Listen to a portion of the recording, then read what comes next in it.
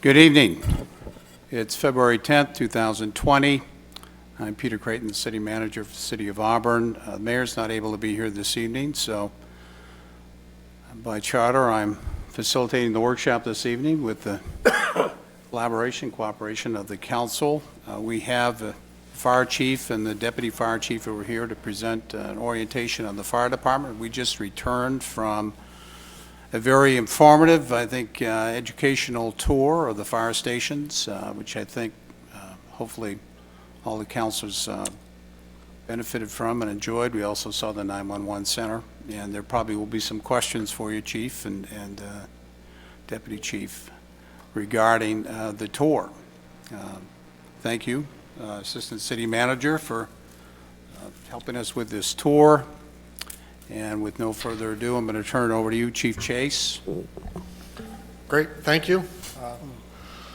Thank you to the councilors for the tour and the questions on the tour. And as anything comes up, please feel free to interrupt me at any time with further questions about the tour or anything I present. As we start, what I'd like to do is open with a video that we've done. One of the biggest challenges we're currently having in the department is our ability to recruit and hire individuals, quality folks that can join our organization and fill vacancies that we have. And so we had the need to figure out unique and inventive ways to try to reach out to younger folks that are in the public safety sector and try to attract them to Auburn. So I'm going to show you a brief video, in part because it shows in a very quick way a lot of what the organization is expected to do and the roles that we have to play. And then we'll get into the details of the presentation to expound on that a little bit.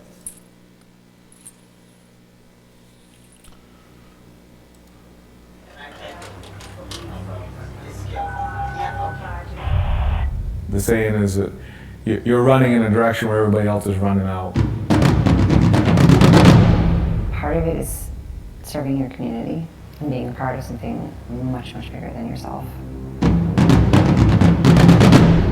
A lot of self-sacrifice, I think, to be a firefighter. It's very easy. Every day I can go home and say I made a difference in some way.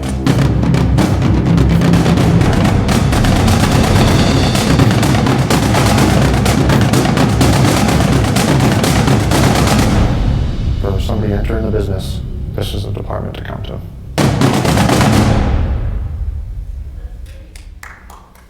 Thank you. So again, the reason to show that tonight was a little bit, first of all, to express to you some of what we're trying to work on with regard to recruiting and drawing people to Auburn, but also it really shows a lot of the diverse things that the organization is expected to do. You know, we're more than just the fire department in the traditional sense responding to fires, but as you get to see in the video, special rescue, technical rescues, rope rescues, EMS calls, water rescues, cold water rescues, all of those are hit in a very quick way, but it really rounds out that we have to be a very diverse organization because this is a diverse community and we have a lot of hazards that we need to be prepared for. So the mission of the Auburn Fire Department is that we're dedicated to providing the community with the highest standards of service through prevention, training, education, suppression, and emergency medical services. We provide that service with loyalty, integrity, accountability, and teamwork. We discussed on our tours, but the organizational structure for the organization is as follows. Myself, an executive assistant, the deputy chief, fire prevention officer, and an EMS director, and the fire prevention specialist round out our admin team. And we'll get into a little bit of detail with the roles and responsibilities for those individuals. And as we discussed on the tour, each platoon, as we refer to them, there are 4 platoons, is led by a battalion chief. And under that battalion chief would be 15 firefighters. They're broken up among 2 engine companies, the Quint Company, and 2 rescue companies. As we expressed, we have to be prepared, and we pride ourselves on having what we call an all-hazard response. People, much more so than they have in the past, depend on their fire department to really address, other than a law enforcement concern, any other emergency situation that they might have. So we have to be prepared for all of those hazards. From a fire perspective, certainly we are well-trained and well-versed in structural firefighting. We also do a number of wildland or agricultural fires, outdoor fires, vehicle fires, transportation fires, chemical fires. Again, we're an agricultural community, we're an industrial community, we're a service center community. We're all of those things, and we need to be prepared for all of those types of calls. We have special rescues for water rescue, rope rescue, confined space. Confined space rescue often happens in industrial settings, but it's when somebody might be trapped or injured in a manhole, for example, somewhere that's environmentally constricting and isn't meant to be occupied by individuals, and we need special training and special skills to enter those spaces to perform rescues. Trench rescues, somebody in a ditch performing utility work and the trench caves in on them. We have to be prepared for those rescues. You know, building collapses, for example, would be another technical rescue that we have to be prepared for. We provide emergency medical services, transportation emergencies, hazardous materials releases. The whole department is trained at the operations level for hazardous materials response, and we have a wide cadre of hazardous materials technicians who are also part of the Androscoggin County COBRA hazmat response team. We have to be prepared for aviation-related emergencies. We have an airport. Makes our community unique, and we have to be prepared for it. Of course, we have any one of a number of utility hazards.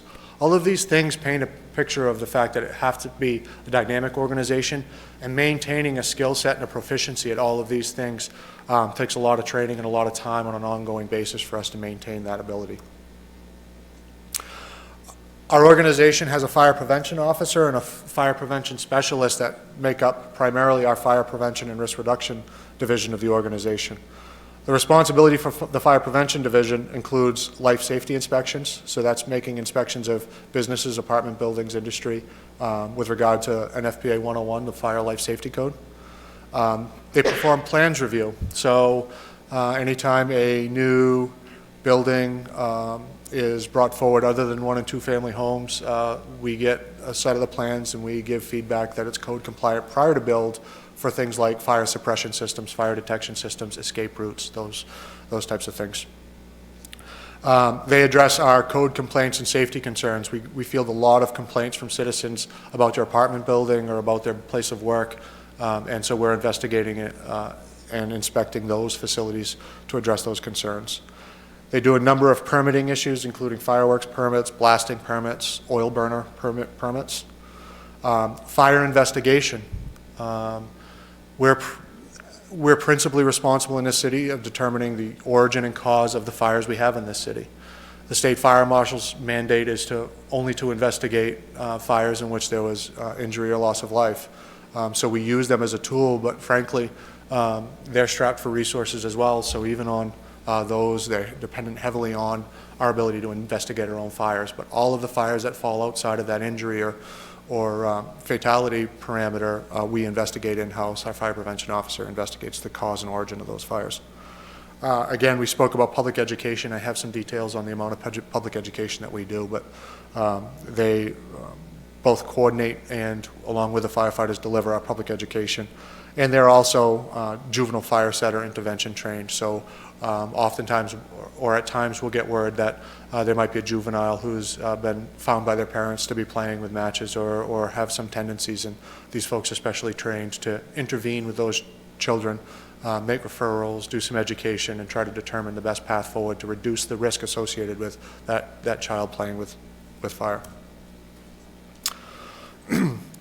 Our response on the highest level, some metrics that we track in the organization for our response is the property loss due to fire, and in the last year it was just under $1.1 million of property loss due to fire. That's inclusive of building damage as well as estimates for internal property that might have been lost in a fire. Civilian injuries last year, we had 3 civilian injuries as a result of fires in the city and 1 fire fatality in the city of Auburn.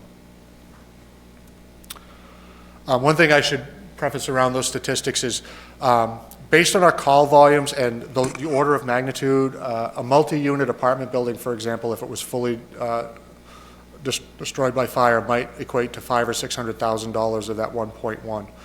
So it's kind of a good thing that our trend is so low, and if we see blips, it might be a result of one singular event rather than a trend. So we really have to watch that data over a long period of time to try to determine what's a blip or trends as we go. A statistical snapshot of what the organization does. Our total calls for service last year were 4,966. We've seen this trend up continually over the past 3 years. We have great opportunities to cut data and analyze where that is. It's primarily driven in the EMS part of our response. As you can see, 3,659 of those calls were for EMS ambulance requests. But additionally, with that, we had 38 fires in structures, 66 additional fires, which were in structures that might include things like wildland and agricultural fires, vehicle fires, dumpsters, whatever the case might be, any fire that was not inside a structure. A lot of motor vehicle crashes. We are a service facility, a service center. We have a lot of traffic. We do a lot of motor vehicle crashes. Hazardous conditions include any number of a gamut of things from flooded basements that in the water might be approaching electricals to downed power lines to a general catch-all. We certainly can drill. We have a lot of mechanisms to drill in. These are just general categories, but we can give you any information you might like on the specifics of any of these categories. Alarm activations, 294. If it's in that category, that's often something where the alarm activation happened, but we responded, but it may not have been an actual fire. So smoke might have been caused in an HVAC system because of a burning belt, for example. That belt wasn't burning when we got there. It was an alarm activation, those types of things. But we do respond to those. And then other incidents, some of which are not best categorized in one of these others, but this might include some false alarms, for example, or what we call good intent calls. Somebody is really concerned and they can smell smoke in their neighborhood, we're going to go look at that, right? It's going to generate an incident report, but we might find that it was unfounded. It was not a structure fire, for example. On the fire prevention side, some of our statistics, we did 302 life safety inspections last year. Those inspections are conducted by the fire prevention officer, but our engine crews also go out in the community every Thursday and try to do a couple. Each company tries to do a couple of life safety inspections on an apartment building or business to try to broaden the amount of inspections that we can get done. Children reach through our education. Last year, we did fire safety presentations during Fire Prevention Month in October to over 1,400 students in the Auburn school districts. We did an additional 109 community outreach events. That might be a business fair where we can go and set up a table and talk about fire safety and let kids, touch the truck. We were talking a little bit earlier. Somebody inquired, about a ride in the fire truck. We find a lot of our firefighters in some way were impacted by the fire service at a very young age. And so it's not a great recruiting tool, but it also gets us a connection with the kids, so when we go in there for our education pieces, they're vested in our message, they're listening intently, and they look up to us for those reasons. So we love to do as many of the community outreach events as we can. We have fire drills, we issue blasting permits. We did 13 blood pressure clinics at different facilities around the city last year. We reviewed 68 plans for designs or upgrades to facilities for fire safety, and we installed 58 smoke detectors. You'll see in 2018 we did about 350 smoke detectors. We had a very big Red Cross event. The Red Cross purchased all of those smoke detectors, and we as an organization with some of their volunteers went out and installed them. So that was our premier kickoff event, and they left us with smoke detectors that we can continue to install in homes. And so we're still getting calls from individuals knowing that we did that. We go out, we make an assessment of their homes and install smoke detectors as necessary for them.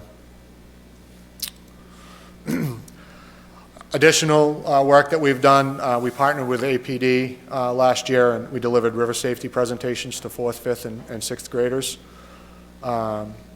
We did CPR and AED first aid training for 45 citizens, and we also had another 50 citizens that received training on the Heimlich maneuver. Those last two are primarily driven by our EMS director, Brad Chickwin, who does a great job with both educating our internal personnel and also any of the community outreach education that we can do on the EMS side.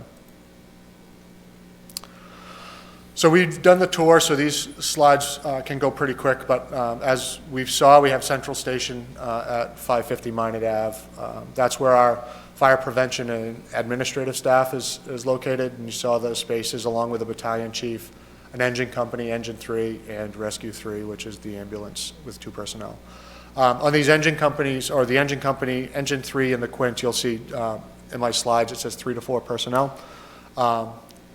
By assignment, 4 individuals are assigned to that truck, but to reduce overtime, anytime someone's on vacation or a sick day or whatever it might be, that 4th person is taken off of that truck and moved to that spot before we hire any overtime to reduce the overtime. So I would say probably 3/4 of the time those units are staffed with 3 individuals because that 4th person is covering vacation days or whatever it might be on other assignments.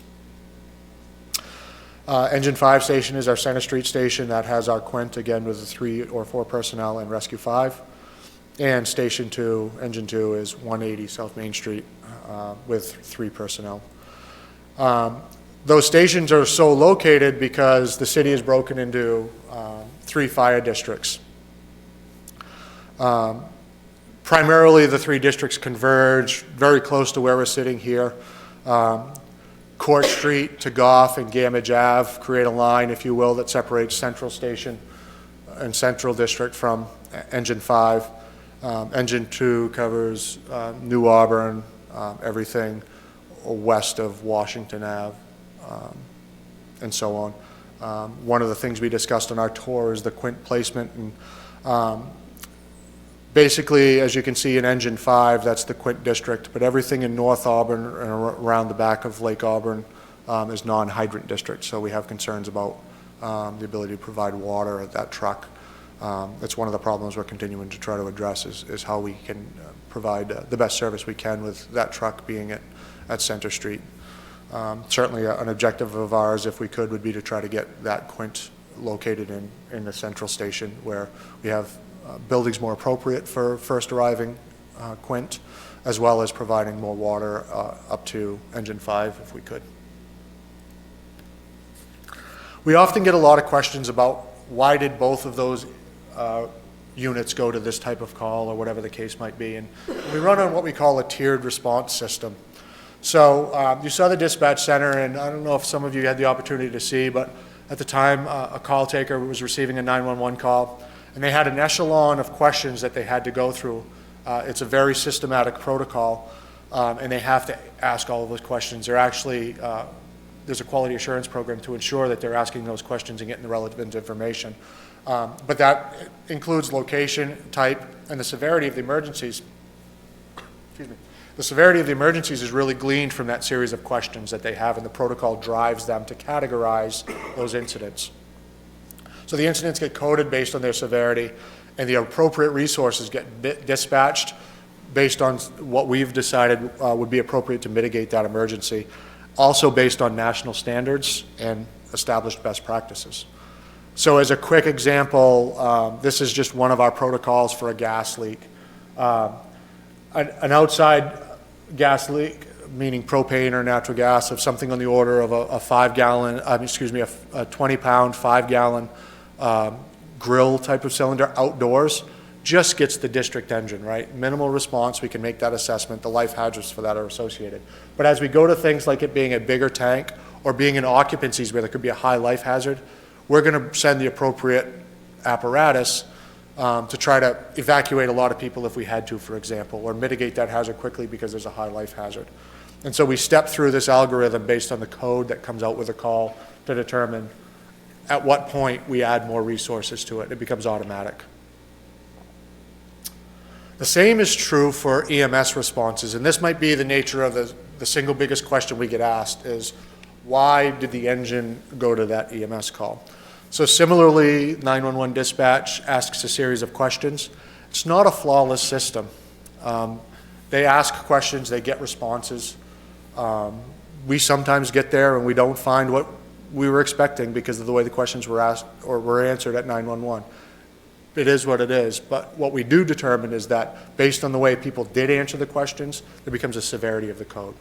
So the engines do not run on every EMS call that we go to, but those calls are typically coded Alpha, Bravo, Charlie, Delta, Alpha being the less severe, Charlie and Delta, or even Echo being more severe life hazards, often cardiac events, somebody with difficulty breathing, those types of things. And those will get a bigger response, which includes the rescue and the engine from the district as well. Because one of the reasons that's important is you may have seen, be familiar with the CPR model, and you've got one individual doing chest compressions and an individual providing rescue breathing. That's a very old CPR model, and we've certainly moved to the point where we take what we call, it's sometimes referred to as a pit crew CPR. The model that I have displayed up here is a 6-person pit crew CPR, and there's specific clinical roles for each of those individuals to play that have significant impact. One of it is it provides a significant amount of opportunity for you to rotate out. Any one individual doesn't have to give compressions for more than 2 minutes. That's hugely important. It's a very fatiguing thing, and if your quality of your compressions go down, your ability to save a life goes down. So we have people to rotate around.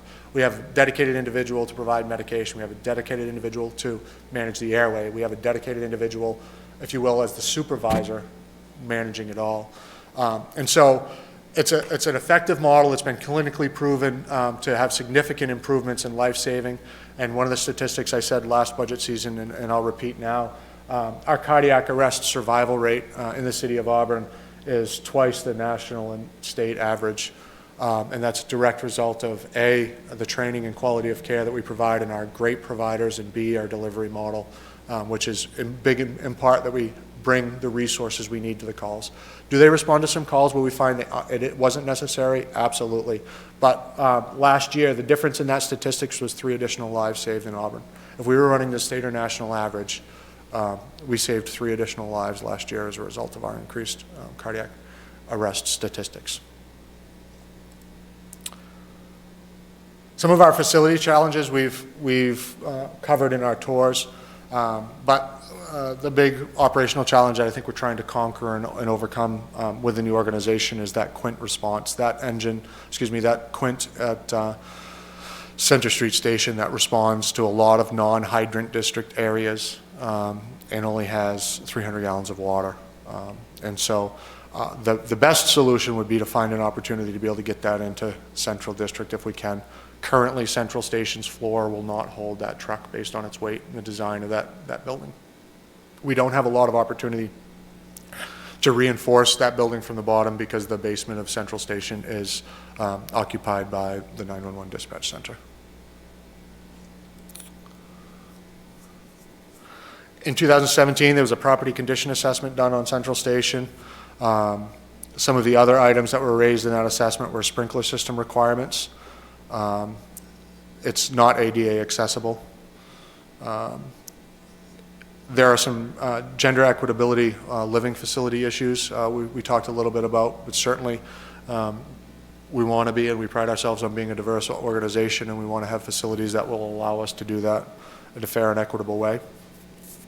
And the big one that we touched base on were the separation of hazard areas, gear storage, fire separation between the admin spaces, which now have a glass window between that and the hazard area versus a firewall.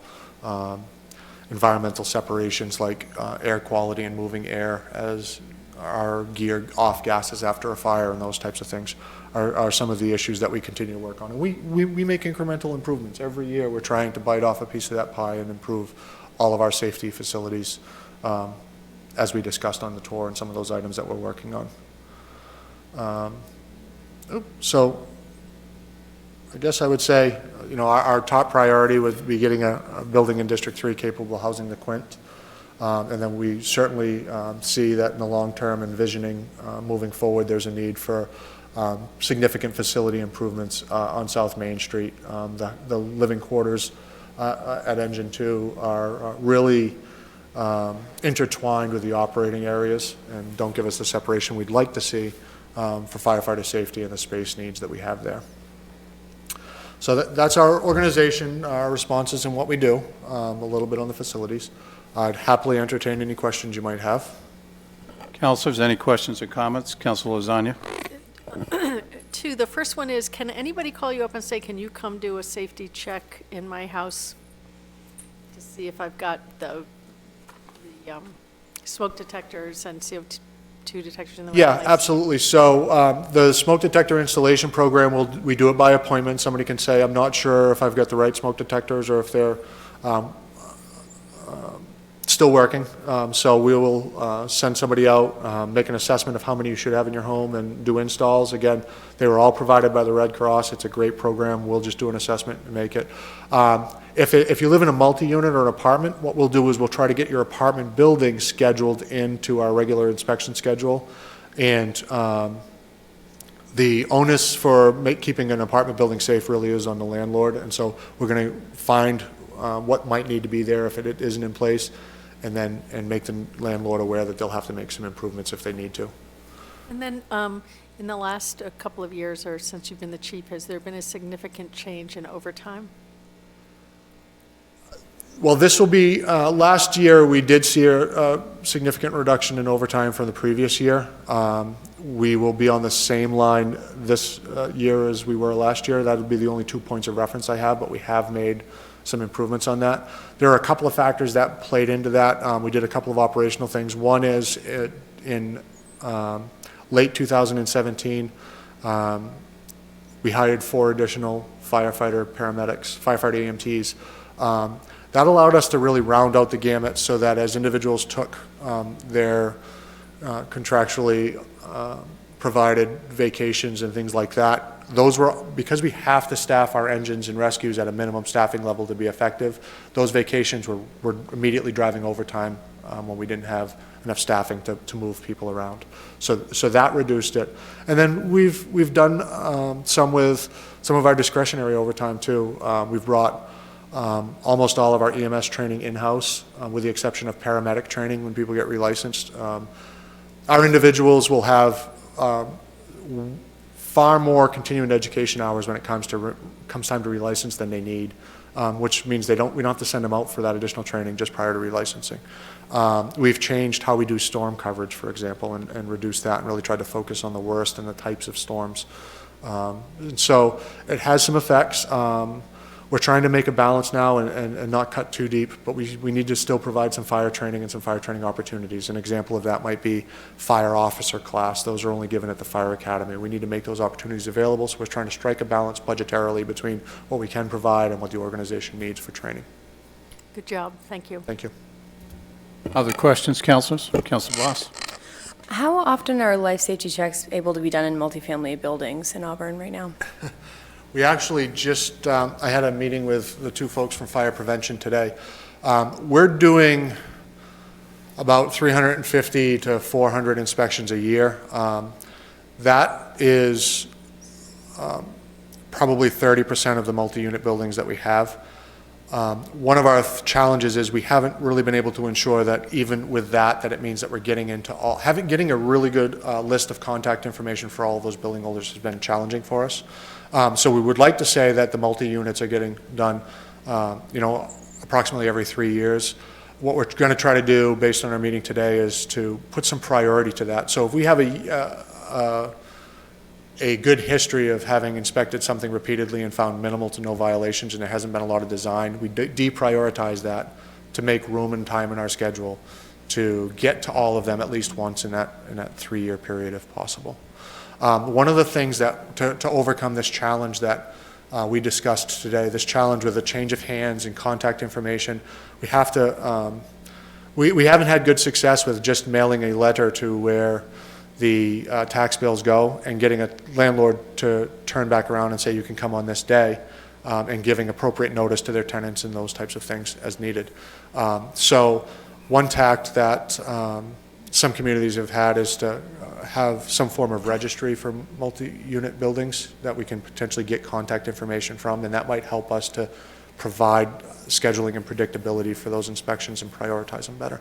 So that's something that just came up today that we're talking about that I need to pursue and understand better to round that picture out so we have a better global picture of what all of those look at as a whole housing inventory. Thank you. Thanks. Any other questions? Just one. Chief, you mentioned the overtime earlier. Do you have an idea of just a ballpark of what the overtime percentage is running annually? As a percentage of total budget? I'm afraid I would misspeak, but I can probably provide that to you by the end of the night. It's driven probably majority by your vacation time and training instances?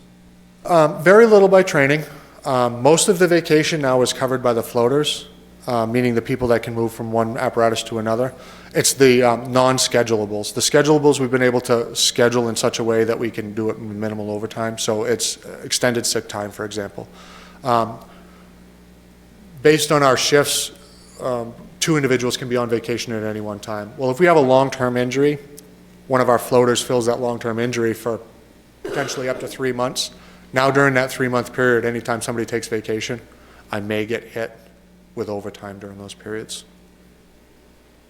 Just as background, when I became city manager, one of the issues that the council at that time was very concerned about was the overtime.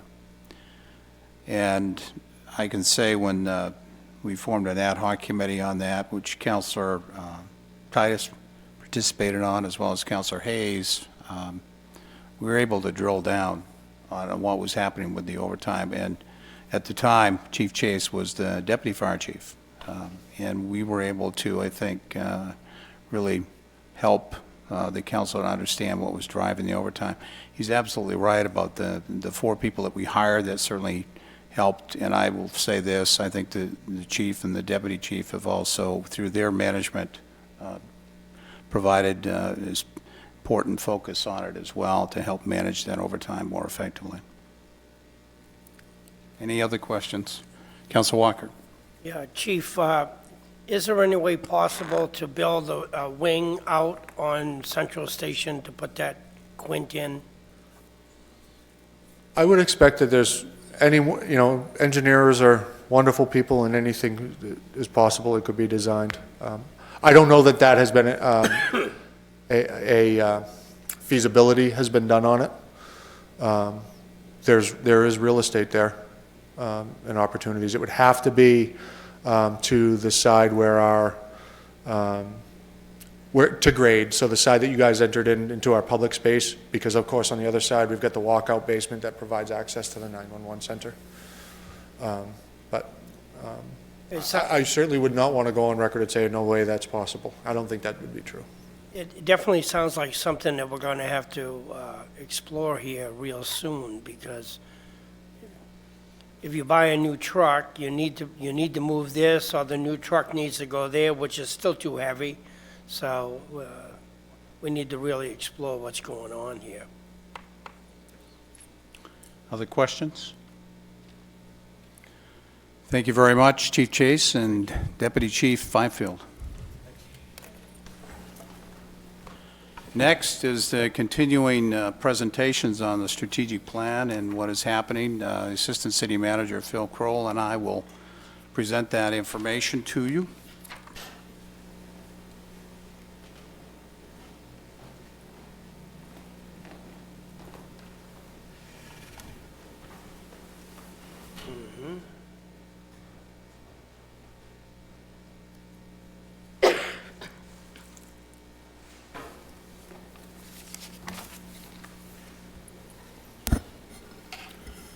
Councilors, thank you for your patience and continued interest in this topic.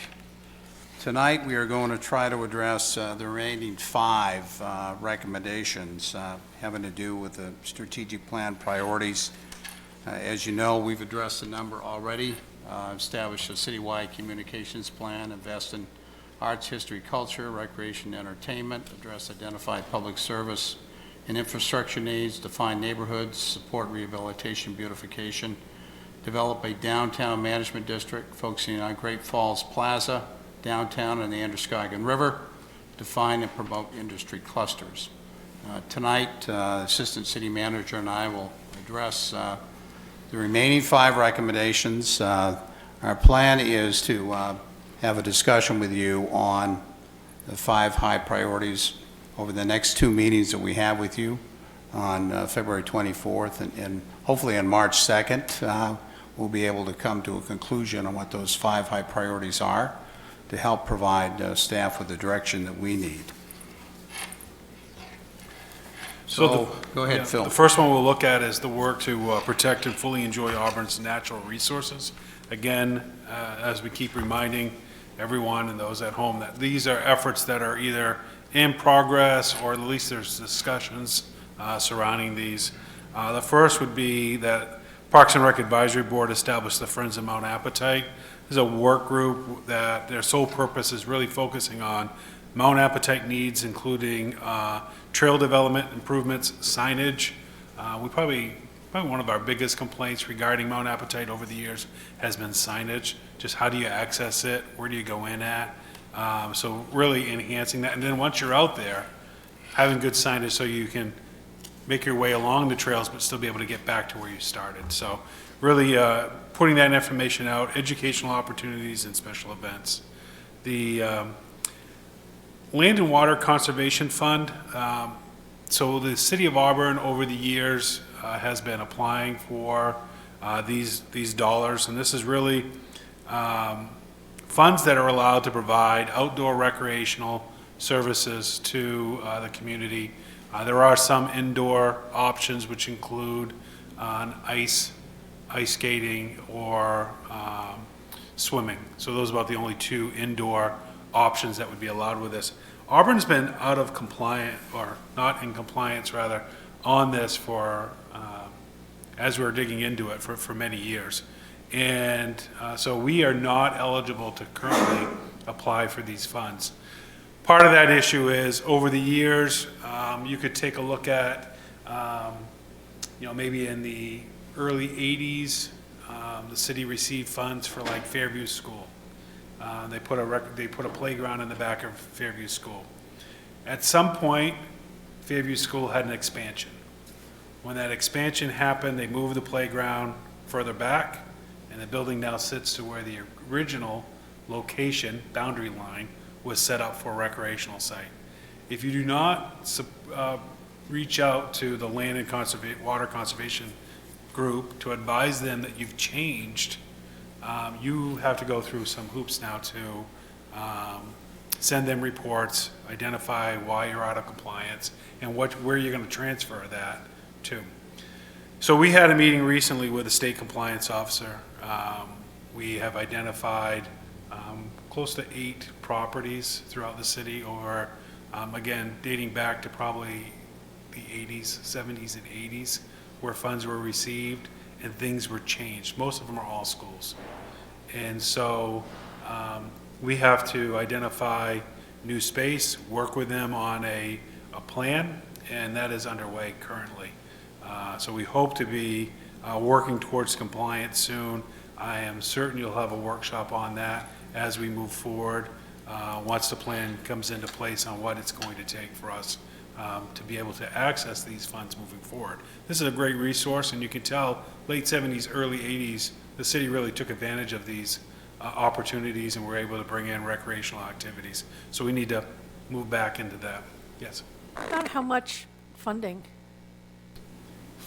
Over the years? I mean, what can you access? It probably varied. It's probably been $500,000, at least of these 8 projects that I'm aware of that were at least that are now out of compliance. Probably I'd say that. I mean, this is ranging from tennis courts at EL, tennis courts at East Auburn School, the Gully, the project that took place on there regarding the basketball courts, Parks and Rec at Pettingill Road. So again, we have new facilities there that took over some space that we're going to have to transfer that to new space. It can't be space that we currently have. It has to be new space. So it's going to take some work for us to really identify that. It's great that you're focusing on that. Yes. I have the website up, and it looks like the funding rounds are, the most recent round is $300,000, so it's not insignificant. It's a good amount of money that we should be trying to. Yes, so we have received some emails from folks that had seen that and said, hey, we should really apply for that. We want to, and our goal will be that we can move forward in that soon. We have taken certain steps. One of them is it's just signage at some of these locations. There has to be certain signage. All that signage has been done, so we're in compliance on those. So we've already checked off some of the work that needs to be done.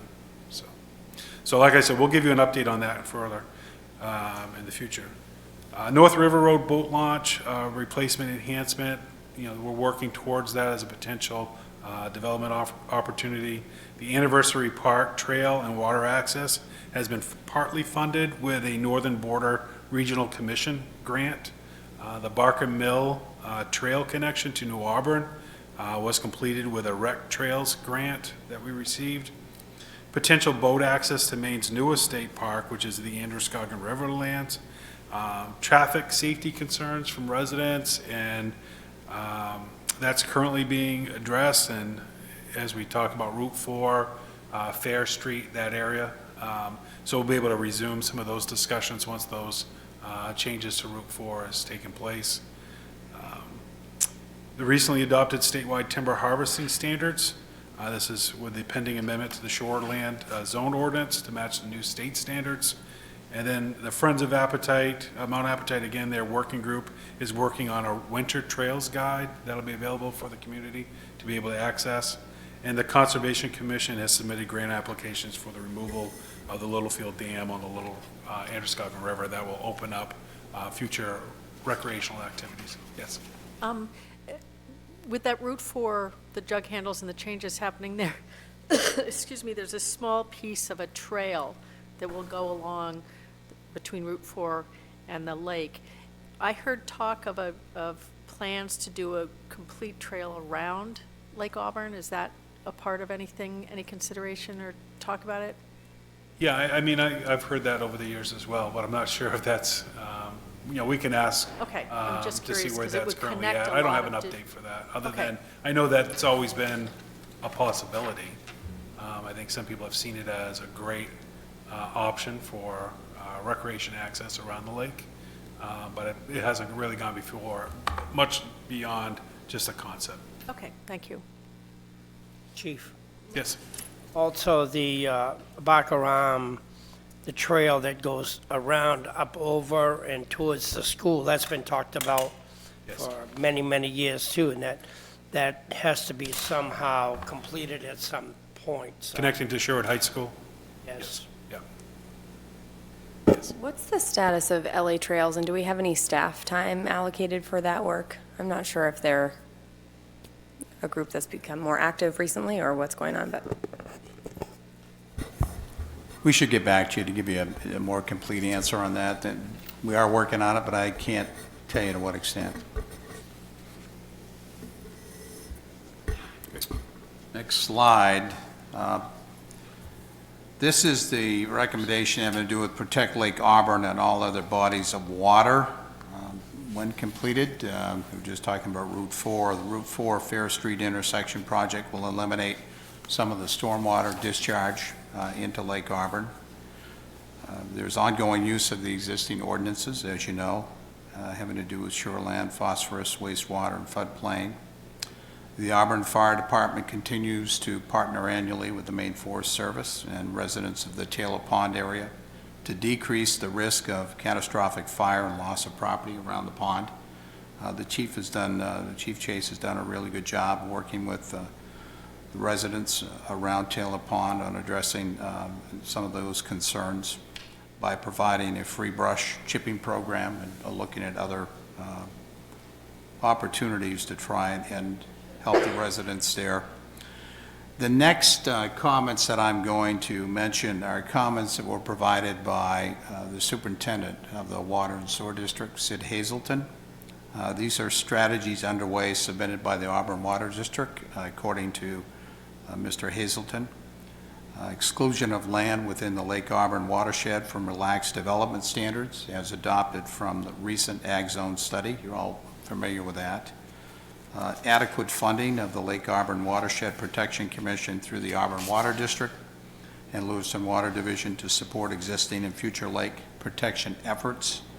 Ongoing study and monitoring of the lake with AWD staff and other academic partners.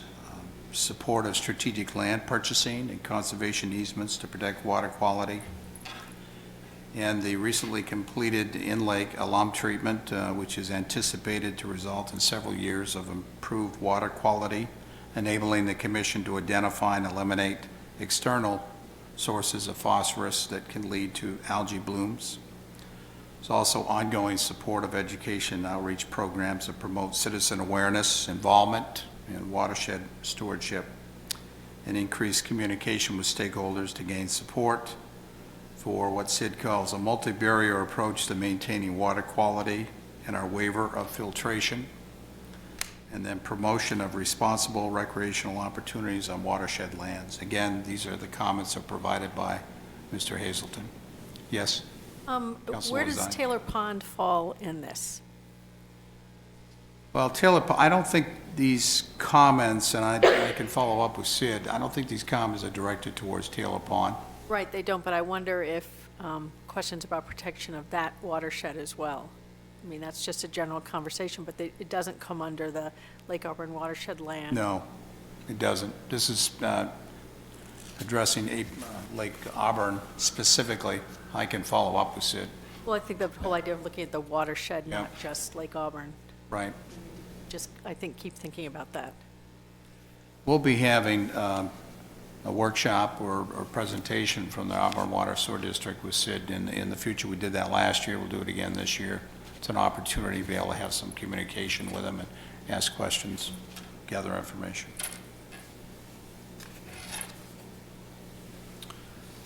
The next recommendation is prioritize transportation by using transit to connect people with communities, employment, and services. This is an important topic right now because of the study that's underway, which I'll speak about in a few moments. Councilor Gary's been a member of the Transit Committee in the past, representing the City of Auburn. Councilor McLeod is now the representative from the city, along with myself. Auburn's General Assistance Team works with the Community Service Team to provide bus passes to all eligible clients. The Recreation Department and Age-Friendly Community Committee are working to educate the community, especially seniors, on the City Link services.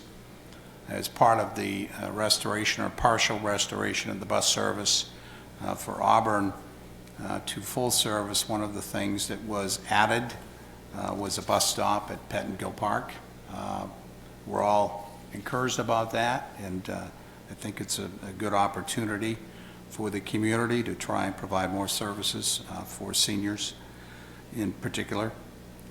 We are now looking at a major transit study, which is being funded through the Androscoggin Transportation Resource Center, with funding that they've received, as well as funds from the LATC.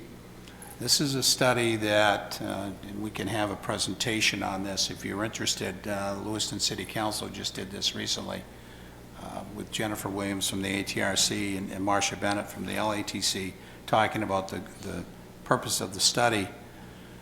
The study really is to look at what would we do for a transit system if we were starting one new.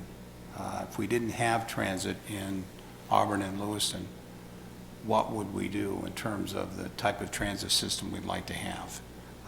I'm very encouraged about it. The LATC members have been talking about it now for going on 3 years. So this is an important step for us as a region. Do you know, Mr. Manager, when that study will come out and we should have a workshop? Right now, the RFP process is being reviewed and will be going out pretty soon, I think, within the next month or so. We'll get a report on it at the LATC meeting, which we have this week. I hesitate to say when we're going to get the results back on it. You know how these things go, but I can say that all the members of the LATC committee are really interested in it, as well as the ATRC, and look forward to seeing the results. And I think it's a very important topic for both cities. There's also a freight study which has been completed by the Lewiston Auburn Railroad Company, the movement of freight through our area and how it could impact the intermodal facility that we have is an opportunity for us. So we're waiting on the final report regarding that. The next recommendation will be the study and plan to increase pedestrian environment to include connectivity. First item that's underway is the Court Street study. This is to improve pedestrian facilities, environment around our Court Street corridor. the Maine DOT, BCM, City of Auburn released a pedestrian safety mitigation plan. You all heard that at our last meeting, really focusing on those 5 E's of education, enforcement, engineering, encouragement, and evaluation. When staffing allows, pedestrian enforcement details are conducted by the police department at critical locations, sites, to ensure safety of pedestrians. Annually, the police department also launches their Stop For Me awareness campaign. And this is usually right around before back to school. If you recall, we put out signs at crosswalks, really focusing on where we know our youth are walking to schools. And that's really focused on not only educating the drivers, there's signs that are for the drivers, but there's also signs that go up for pedestrians so that they see the stop, look, wave before they cross. The city's invested in traffic calming devices. This includes the flashing speed signs that are now, I believe it was 2 years ago, the council funded approximately 10 of those. And those are now located throughout the city, as well as additional ones that we received through DOT. We also have these rectangular rapid flashing beacons that are at critical crossings. We have those at 2 locations now. We'll be looking to install the 3rd one very soon. Parks and Rec Advisory Board is making walkability a priority with the open space and recreation ordinance. Goal here is to expand the Riverwalk and improve walkability connectivity from neighborhoods to parks. Staff, committees, and work groups are also exploring ways to improve ADA accessibility in the parks and also on trails. Library Ave and Spring Street pedestrian improvement plans are pending. The new Auburn Village Center construction is ongoing. Phase 1 completion in July of 2020, and that's again that connectivity in the New Auburn area. And then the Minot Avenue sidewalk from Western Ave to the Snake Trail at Elm Street, and the Maine High Elm Academy Minot pedestrian and parking improvement project through ATRC is also underway.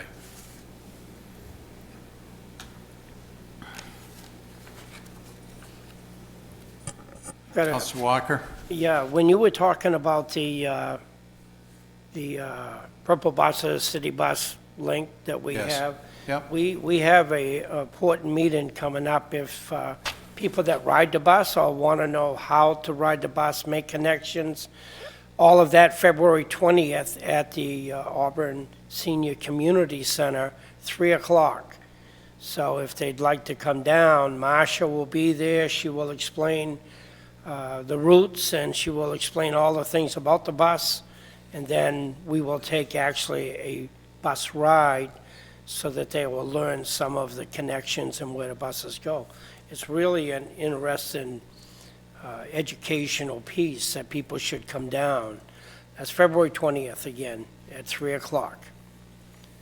Thank you for mentioning that. I knew about that, but I'm glad you brought it up. I'll talk to Liz about that. I think that's actually something that we ought to try and promote. Would you agree? Oh, yeah. Yeah, we did one, and we had like Yeah. 38 people show up, and Marcia gave out passes as well to the people that took the bus around the city. So it's a way for people to get 5 or 6 free passes, and that's one pass. It's a punch pass, so you can't be passing them out. They're just for you to use. 25 people rode the bus the day Yeah. they had the tour. Yeah, on the bus, 25 people went on the bus, but we had 38. 1 hour of it is Mrs. Bennett, Marcia puts on, you know, the show itself, so to tell you how to get around and everything. It was really great. So we're going to do it again. Very good. That's great. That was all promoted by Age Friendly, Age Friendly's doing a good job. and along with the Recreation Department working side by side. Thank you, Counselor. The next recommendation concerns the schools. When we started our strategic plan process, which many of you were involved in, the schools was something that we certainly wanted to make an integral part of the strategic planning process. And this is a recommendation having to do with the Auburn School Department. It says improve image of schools and increase commitment to and value of education. You have some comments that came from city staff, and then also some comments that were submitted by the superintendent of schools, Katie Grondin. We'll start with the city staff comments. The police department maintains 3 school resource officers who serve all Auburn schools. The SROs are very active in building relationships with the kids and maintaining the safety of the schools. The SROs play a really important role. Gentleman to my left started his career as an SRO, and I'm still amazed when I go places and there are people that remember him when he was in that role. The Auburn Public Library personnel reach out to the schools in a variety of ways, including working directly with alternative schools and hosting tours for 2nd and 6th graders. The General Assistance Team connects new Mainers with the Auburn Adult Ed for English classes. The Work With Me, a partnership with the Auburn Police Department, the School Department, and the Career Center, provides job skills, education, work readiness skills, job-seeking support, and community internship practices. Jen is doing a really good job in that area. And we also are helping to facilitate a workforce development initiative right now. The Auburn School Department with Jim Horn are taking the initiative and working with the city manager's office and collaborating with community partners and the LA Metro Chamber to create an internship program. You've heard us talk about this a little bit, I think, between the high school and the city, as well as local businesses. We actually have our first student intern who's going to be starting pretty soon. We worked on that today. So I'm personally excited about it. I think what better way is there to try and keep young people in the community? It's something we can do and have these young people spend some time in the departments of the city and learn how local government works, and also spend time working with local businesses, and hopefully that's going to encourage them to want to stay here, and if they go away to college, to want to come back. The comments that came from the superintendent of schools are as follows. The Auburn School Department publishes a lot of positive news about its schools through social media outlets such as Twitter, Facebook, and Instagram. The department publishes a bi-monthly Bright Spot newsletter highlighting all the great things happening in our schools, which is shared through our social media outlets and with the city to push out to citizens. There's also a department goal to increase family engagement. The Auburn School Department launched a parent advisory last spring. The parent advisory meets monthly or bi-monthly to discuss different topics. This is an opportunity for school staff to share information, for parents to ask questions, and to share feedback with staff. And the Auburn School Department was recently named to the 10th annual AP District Honor Roll and the Advanced Placement District Awards for expanding opportunity and improving performance for AP students. The school department now pays for students to take the AP exams, which has significantly increased the number of students taking the exams. So there's a lot going on with the city regarding these recommendations. Hopefully this has been helpful to you for the next step in this process, which will be a discussion with you about prioritization at our next meeting on the 24th, and then hopefully on March 2nd, you'll be ready to select your 5 high priorities, which will be very important to me, to Phil, to city staff to help give us the direction that we need. As you know, we have been working on the budget. There are a number of budget, I think, goals that are related to the strategic plan. When you start reviewing the budget, you'll see that, and you'll be hearing department heads refer to it quite a bit, I think, during the process. And we want to make sure that these goals are goals that you support and that you consider to be a high priority as much as possible. Any other questions? Phil, anything else? Thank you very much.